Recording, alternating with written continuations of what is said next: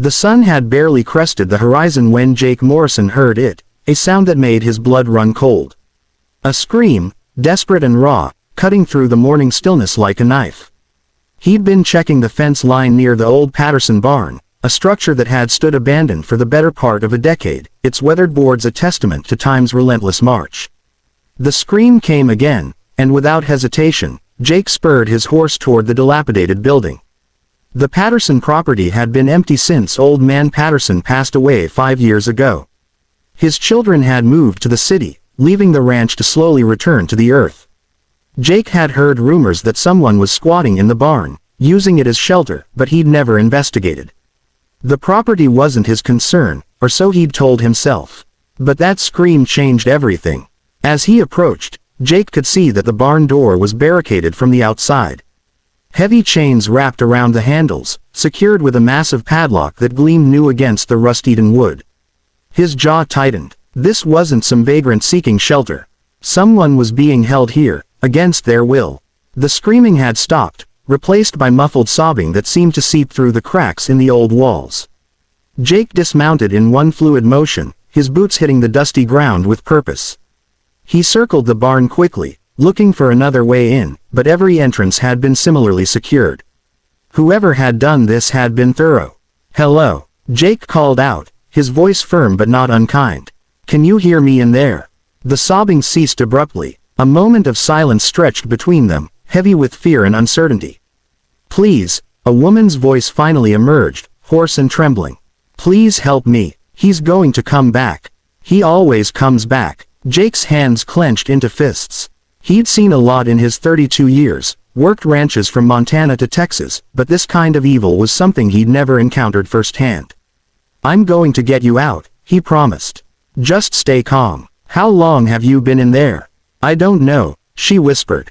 "Days. Maybe a week. I can't tell anymore. There's no light except what comes through the cracks." Jake ran back to his horse and grabbed the bolt cutters he kept in his saddlebag. They were meant for cutting fence wire, but they'd have to do. The chain was thick, industrial grade, and it took every ounce of his strength to position the cutters correctly. Sweat beaded on his forehead despite the cool morning air as he squeezed the handles together. The metal resisted, groaned, then finally gave way with a sharp crack that echoed across the empty fields. He tore the chains away and grabbed the door handles, pulling with all his might. The old wood had swollen in its frame, stubborn and unyielding. Jake braced his boot against the barn wall and pulled again, muscles straining. The door shuddered, splintered, and then burst open with such force that he nearly fell backward. The interior was dark, the air thick with the smell of hay, old wood, and something else, fear, maybe, or desperation. As his eyes adjusted, Jake could make out a figure huddled in the far corner, knees drawn up to her chest, arms wrapped protectively around herself. "She's free now," Jake said softly, stepping into the doorway but not advancing further. He didn't want to frighten her more than she already was. "You're safe. I'm not going to hurt you." The woman looked up, and even in the dim light, Jake could see the mixture of hope and terror in her eyes. She was young, maybe mid-20s, with long blonde hair that had once been carefully styled but now hung in tangled waves around her face. Her navy blue shirt was torn at the sleeve, and dirt streaked her cheeks where tears had fallen. "How do I know you're not with him?" she asked, her voice barely above a whisper. "You don't," Jake admitted, staying where he was. "But that door's open now. You can walk out anytime you want. I'm not going to stop you. My truck's about a quarter mile from here, back at my place. I can take you to the sheriff, or the hospital, or anywhere else you need to go. But that's your choice." She studied him for a long moment, and Jake remained perfectly still, letting her assess him, letting her make the decision. He could see her weighing her options, calculating risks, trying to determine if this was another trap or genuine salvation. Finally, slowly, she began to unfold herself from the corner. Her movements were stiff, painful, as if she'd been in that position for too long. She stood on shaky legs, one hand braced against the wall for support. "My name's Jake Morrison," he said, still not moving. "I run the Triple M ranch about 2 miles east of here. I was checking fence lines when I heard you." "Emma," she said, her voice gaining a fraction of strength. Emma Catherine Wells. It's good to meet you, Emma, though I wish it were under better circumstances. Jake offered a small, reassuring smile. Can you walk? Do you need help? Emma took a tentative step forward, then another. Her legs nearly buckled, and Jake instinctively moved forward to help, but she held up a hand, stopping him. I can do it, she said with quiet determination. I need to do it myself. Jake nodded and stepped back outside, giving her space and light. She emerged from the barn like someone waking from a nightmare, blinking against the morning sun that must have seemed impossibly bright after days in darkness. She was taller than he'd initially thought, with a lean strength that suggested she'd been an athlete or someone accustomed to physical work before whatever had happened to her. He took my phone, Emma said suddenly, her voice cracking. My car, everything. I was driving through, heading to my sister's wedding in Denver. I stopped at that gas station in town to fill up, and he offered to show me a shortcut. I was stupid. I trusted him because he seemed nice, seemed normal. You weren't stupid, Jake said firmly. Evil doesn't always look like evil. That's what makes it dangerous. Emma's face crumpled, and the tears she'd been holding back finally broke through. Jake pulled a clean bandana from his pocket and offered it to her, still maintaining his respectful distance. She took it gratefully, pressing it against her eyes. Did he? Jake hesitated, not wanting to ask but needing to know what they were dealing with. Did he hurt you? Not in the way you're thinking, Emma said, her voice muffled by the bandana. He kept saying he was waiting. That he needed to prepare things first. He brought food and water, enough to keep me alive. He said I was special, that I was worth waiting for, and that made it so much worse somehow.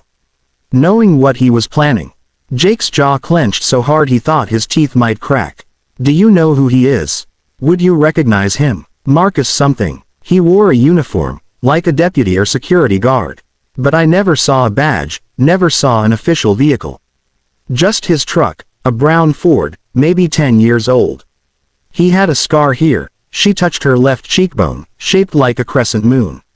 Jake's blood went cold. He knew exactly who she was describing. Marcus Hewitt wasn't a deputy. He was a security guard at the county courthouse, someone who'd been in town for about 6 months. Someone who'd always made Jake uneasy in a way he couldn't quite articulate, a wrongness that lingered beneath the veneer of small-town friendliness. I know him, Jake said quietly. And we need to get you to Sheriff Morrison right now. Emma's eyes widened. Morrison, are you related? My uncle. He's been sheriff for 20 years. If anyone can help, it's him. Jake gestured toward where he'd left his horse. Can you ride? It's faster than walking, and I don't want to stay here if your kidnapper's planning to come back. Emma nodded, and together they made their way across the field. Jake's horse, a steady bay gelding named Rusty, stood patiently where he'd been left. Jake mounted first, then extended his hand to Emma, pulling her up behind him. She wrapped her arms around his waist, and he could feel her trembling. Hold on tight, he said gently, and urged Rusty into an easy lope. They reached Jake's ranch house in minutes. He helped Emma down and led her inside, where his housekeeper, Rosa, took one look at Emma's condition and immediately went into action. Rosa had been with the Morrison family for 30 years, had helped raise Jake after his parents died, and she possessed the kind of practical compassion that came from a lifetime of caring for others. While Rosa settled Emma with blankets and hot coffee, Jake called his uncle. Sheriff Tom Morrison answered on the second ring, and Jake quickly outlined what he'd found. There was a long pause after he finished. Marcus Hewitt, Tom said, his voice heavy. We've been looking at him for another case. A woman went missing 3 months ago, down near the county line. We never found enough evidence to bring him in. You've got your evidence now, Jake said, looking toward the living room where Emma sat wrapped in one of Rosa's quilts, hands curved around a steaming mug. And you've got a witness. I'm on my way. Don't let her out of your sight until I get there. If Marcus knows she escaped, he might try something desperate. Jake hung up and returned to the living room. Emma looked up as he entered, her eyes clearer now, the immediate shock beginning to fade into something harder, more resolute. They're going to catch him, she said. It wasn't a question. Yes, Jake promised. They are. Good. Emma took a sip of her coffee, and Jake could see her hands had stopped shaking. Because I'm going to testify. I'm going to make sure he never does this to anyone else. Jake sat down across from her, this woman who'd been through hell but refused to be broken by it. You're incredibly brave, Emma Wells. She shook her head. I'm not brave. I'm angry. There's a difference. Sometimes anger is what keeps us alive, Jake said. Sometimes it's what gives us the strength to survive. They sat in comfortable silence for a moment, the morning sun streaming through the windows, warming the room. Rosa bustled in with fresh pastries and more coffee, clucking over Emma like a mother hen. When Sheriff Morrison arrived 30 minutes later with 2 deputies in tow, Emma repeated her story with remarkable composure. She described everything. The initial encounter at the gas station, the drive to the barn, the days of captivity, Marcus's visits and his chilling promises. She described his truck, his routine, the times he usually came to check on her. Tom Morrison listened to every word, taking notes, asking questions when necessary but mostly letting Emma speak. When she finished, he looked at Jake. Marcus is scheduled to work the courthouse today. I'm going to pick him up there, nice and quiet. No drama, but I want Emma somewhere safe until we have him in custody. She can stay here, Jake offered immediately. We've got guest rooms, and Rosa will make sure she's taken care of. Emma looked between the 2 men, and Jake saw something shift in her expression, a recognition, perhaps, that there were still good people in the world, that not everyone wore a mask of decency hiding monster underneath. Thank you, she said simply. Both of you. Sheriff Morrison and his deputies left to make the arrest, and Jake found himself playing reluctant host to a woman he'd met only hours ago but felt oddly protective of. Rosa insisted Emma take a long bath and provided clean clothes, a pair of Jake's sister's jeans and a soft navy blue sweater that had been left behind years ago. When Emma emerged, looking more like herself despite everything, she found Jake on the back porch, staring out over the ranch lands that stretched toward the horizon. It's beautiful here, she said, joining him at the railing. It's home, Jake replied. Has been for generations. Sometimes I think the land holds us as much as we hold it. I was supposed to be at my sister's wedding tomorrow, Emma said softly. I should call her, but I don't even know what to say. How do you explain something like this? You tell her the truth, Jake said. That something terrible happened, but you survived. That you're safe now. The rest can wait. Emma turned to look at him. Really look at him, seeing perhaps for the first time the man who'd broken down a door and freed her from darkness. Why did you help me? You could have just called the police and left. Jake met her gaze steadily. Because someone screamed and needed help. That's reason enough. Most people wouldn't have gotten involved. Then most people need to do better. They stood together in the afternoon light, 2 strangers brought together by violence but connected by something more. Humanity, compassion, the simple recognition that some things matter more than convenience or safety. Emma reached out and took Jake's hand, squeezing it briefly. Thank you for hearing me, she said. Thank you for not walking away. Always, Jake promised. That's what decent people do. Later, when Sheriff Morrison called to report that Marcus Hewitt was in custody, that they'd found evidence in his home linking him to 3 other disappearances, Emma cried again. But these were different tears. Tears of relief, of justice, of an ending that could have been so much worse. The cowboy had heard her screams in the barn. He'd broken the door and told her she was free. And in doing so, Jake Morrison had given Emma Wells more than her life back.